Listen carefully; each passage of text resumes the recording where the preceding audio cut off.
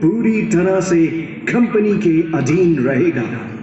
इसके एवज में कंपनी रानी लक्ष्मीबाई को उनके निजी खर्च के लिए 5,000 रुपया महीना की पेंशन अदा करने की मंजूरी देती है और साथ ही रानी लक्ष्मीबाई को हुक्म देती है कि वे जल्द से जल्द अपने जरूरी सामान के साथ झांसी का किला खाली कर दें।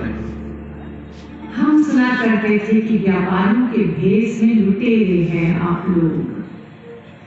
आज आपने इस बात को सिद्ध भी कर दिया। वापस जाकर कह दीजिए अपने गवर्नर जनरल लॉर्ड डलहौजी से हम उनका फरमान स्वीकार करते हैं। मैं अपने जीते जी अपनी झांसी नहीं दूंगी, नहीं दूंगी। अंग्रेजी फरमान सुनकर रानी लक्ष्मीबाई क्रोध की ज्वाला से दहक उठी। वो जानती थी कि अंग्रेज झांसी को हथियाकर उसे बर्बाद करना चाहते हैं। वो किसी भी कीमत पर किला छोड़ने के लिए तैयार नहीं थी।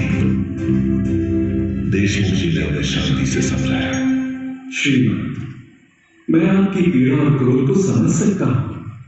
देखिए, अभी समय हमारे अनुकूल नहीं है। वर्तमान परिस्थितियों में समझौता करना ही एकमात्र रास्ता है। क्या कह रहे हैं देशमुख जी? आप ऐसा सोच भी कर सकते हैं? मैं इन फिरंगियों के आगे झुक जाऊं और अपनी झांसी में सौंप दूं। गलत मत समझिए श्रीमंत। अगर आप शांति से विचार करें तो ये भी हमारी एक कूटनीति होगी। अंग्रेजों की बात अभी मानकर एक तो आप स्वतंत्र रहें, दूसरा उनके खिलाफ किसी भी गतिविधि में शामिल होने पर उन्हें आप पर शक भी नहीं होगा। रानी लक्ष्मीबाई ने देशमुख जी का सुझाव मान लिया। दिल पर पत्थर और मन में ढेर सारी यादें रखकर रानी ने किला छोड़कर रानी महल में रहने का फैसला किया। जाते जाते रानी ने झांसी को अपना संदेश दिया। इस किले से जाने का ये मतलब नहीं है कि मैं हार गई। असली युद्ध तो अभी बाकी है। बिठूर में पेशवा बाजीराव ने मुझे देश प्रेम, स्वधर्म और स्वराज की शिक्षा दी थी। अब समय आ गया है कि मैं उनके द्वारा बताए गए स्वराज के मार्ग पर ही चलूं। इसके लिए चाहे मुझे अपने प्राण ही क्यों न त्यागने पड़े, मैं एक दिन स्वराज की पताका जरूर फहराऊंगी। गीता में लिखा है, हतो वा प्राप्स्यसि स्वर्गम जित्वा वा भोक्ष्यसि महीम् तस्मादुत्तिष्ठ कौन्तेय युद्धाय कृतनिश्चयः। कि जैसे कृष्ण भगवान ने अर्जुन को रणभूमि में कहा था कि युद्ध के दौरान अगर मारे जाओ तो स्वर्ग की प्राप्ति होगी, अगर जीत हुई तो पृथ्वी पर राज्य का आनंद लोगे। सो हे कुंती पुत्र, उठो और युद्ध करो।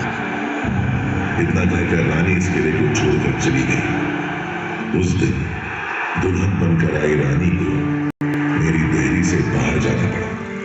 मेरी दीवारें फूट कर रोई। मेरी प्राचीर की छाती पर बदनुमा दाग की तरह गाड़ दिया गया फिरंगी हुकूमत का झंडा।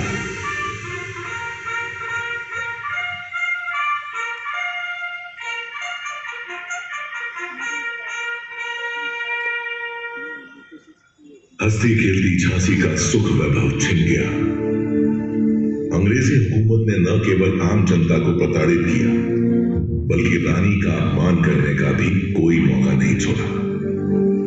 रणनीति के अनुसार रानी अपमान का यह कड़वा घूंट पीने के लिए मजबूर थी। इस कठिन समय में एक दिन पेशवा नाना साहब का संदेशा लेकर रानी के पिता मोरोपंत जी उनसे मिलने आए। बेटी मनु, पेशवा का तुम्हारे लिए संदेश है कि तुम्हें झांसी राज्य की कमान संभालनी होगी। अब से लगभग 4 महीने के बाद 31 मई को रविवार के दिन पेशावर से बंगाल तक की सारी फौजी छावनियों में